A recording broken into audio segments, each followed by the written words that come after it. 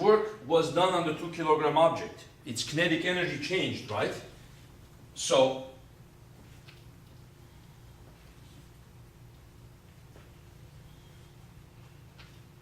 the work is equal to half mv final squared minus half mv initial squared, right? And so it's equal to 1/2 times 2. V final was 6.385 squared minus half times 2. The initial velocity was 4.427 squared.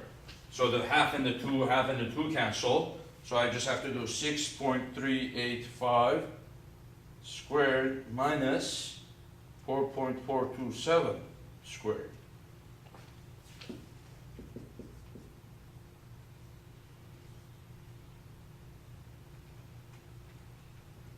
So the answer is 21.17 joules. How is this work done? It's kind of odd because usually we learn when we talk about circular motion, we talk about centripetal force. We say that the force that is centripetal never does work on an object because the force is always perpendicular to the direction of motion. In this case, we have an object that's going in a circle. All you're doing is adding a mass here. It still keeps going in a circle, but it just spirals inward. So why is there work being done on the object? And so if you look at it again detailed, and look at the object from the top view, you're going to see that the object's path is going to be spiraling inward. So at any point in time, its velocity is going to be kind of inward like this. Okay? And then the force is towards the center of the circle. So the force is the same as the tension. So the velocity in this case is actually not perpendicular to the force, since it's spiraling inward, right? There's a component of the velocity that's inward. So we can say V perpendicular, V parallel. V perpendicular, V parallel.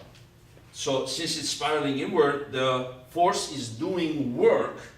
The tension T in the string is doing work on the object on the parallel component of the force, bringing in the object closer and closer until it goes to the radius of whatever we calculated, the 0.69 something something, right?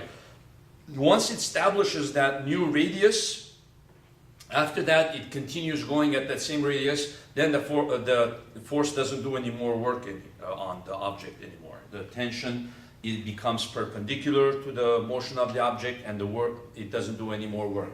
But as it's spiraling in, it has a component of the velocity that's parallel to the force. So that's why there's work done on the object. You can see here, this is a really good example of a case where angular momentum is conserved, kinetic energy has been gained, and the force is doing work on the object, even though it's kind of like a circular motion. Next, I'm going to do a different kind of problem where the situation is going to be reversed and you're going to be able to compare the two. Thank you very much.